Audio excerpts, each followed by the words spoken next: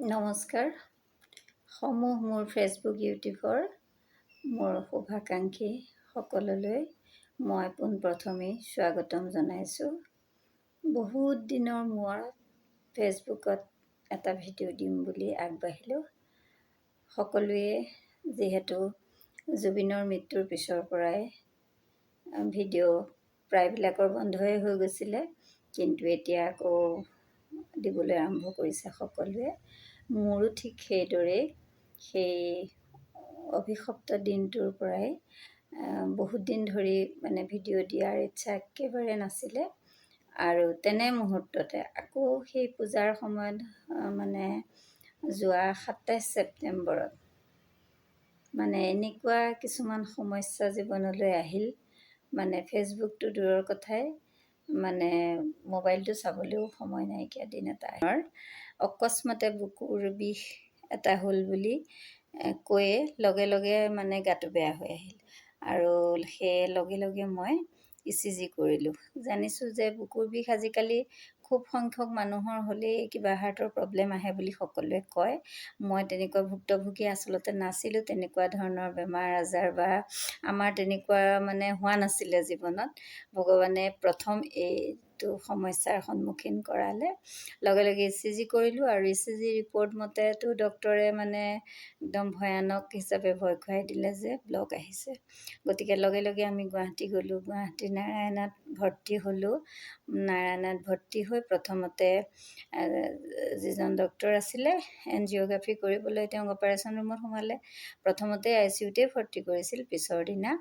তাৰপিছত কি হ'ল, দুৰ্ভাগ্য অপাৰেশ্যনটোত ছাকচেছ নহ'ল।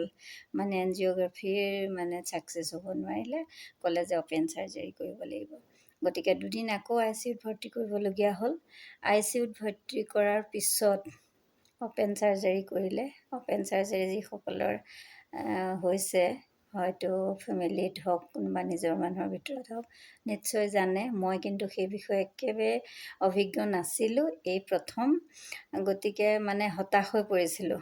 আৰু যেতিয়া অপেন চাৰ্জাৰী হ'ল, অপেন চাৰ্জাৰী হৈ যেতিয়া ভেণ্টিলেটৰত থাকিবলগীয়া হ'ল, দিনটোততো ওৱান টাইমেই চাবলৈ দিয়ে, তাকো বহুত দূৰৰ পৰা। বহুত ৰেষ্ট্ৰিকশ্যনত সেই 10টা দিন পাৰ কৰিলোঁ গুৱাহাটীতে। গতিকে তেনেদৰে থাকি বৰ্তমান মই মোৰ ছোৱালীৰ ঘৰত অৱশ্যে আছোঁ। মই অকলশৰীয়া যিহেতু, আমি দুইজনী ছোৱালীক যিহেতু বিয়া দিলোঁ। এই কামখিনিত অৱশ্যে গোটেই কামখিনিত মোৰ সহায় কৰিলে জোঁৱাই দুজনেই। ছোৱালী দুজনীতো যাব পৰা নাই বা নোৱাৰেও যাব, কিন্তু জোঁৱাই দুয়োজনে বহুতখিনি সহায় কৰিলে আৰু উদ্ধাৰ কৰিলে। তেওঁলোকে লগত আছিলে আৰু তেওঁলোকে তাৰপিছত কি কৰিলোঁ, যেতিয়া ডিচাৰ্জ দিলে ডাঙৰ ছোৱালীৰ ঘৰত নগাঁৱত মুৰী কলঙত গুচি আহিলোঁ।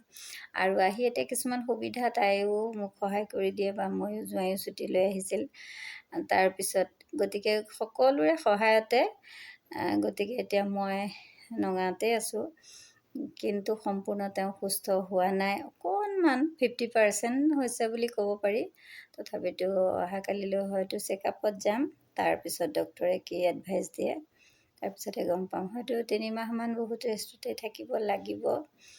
গতিকে সেয়েহে মই একদম ভিডিঅ' বা চাবও পৰা নাই, কাৰো দিবও পৰা নাই।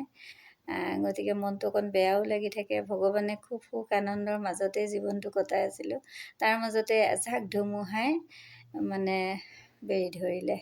গতিকে ভগৱানৰ ওচৰত প্ৰাৰ্থনা কৰিছোঁ বা সদায় ভাবোঁ, ভগৱানকেই চিন্তা কৰোঁ, যাতে ভগৱানে আকৌ এটা ভাল দিন আনিব বা আকৌ এনেদৰে ফেচবুকতে হওক, ইউটিউবতে হওক আগবাঢ়ি যাব পাৰিম। আৰু আপোনালোকৰো বহুতেই মোক সুধি আছিলে, কিয় ফেচবুকত আজিকালি নাই বা কি হৈছে। গতিকে মই কথাখিনি এজন এজনকৈ কোৱাতকৈ মই যিখিনিয়ে জানেই। মোৰ ফেমিলিৰ বহুতখিনি মেম্বাৰ্ছে মোক হেল্প কৰিছে। নিজৰ ভাগিন ভতিজাৰ পৰা আৰম্ভ কৰি দাদা বৌ বাইদেউহঁত ভাগিন। গতিকে গোটেইবিলাক সকলোলৈকে মই অশেষ ধন্যবাদ জ্ঞাপন কৰিছোঁ। সকলোৱে মোক সহায় কৰাৰ কাৰণে।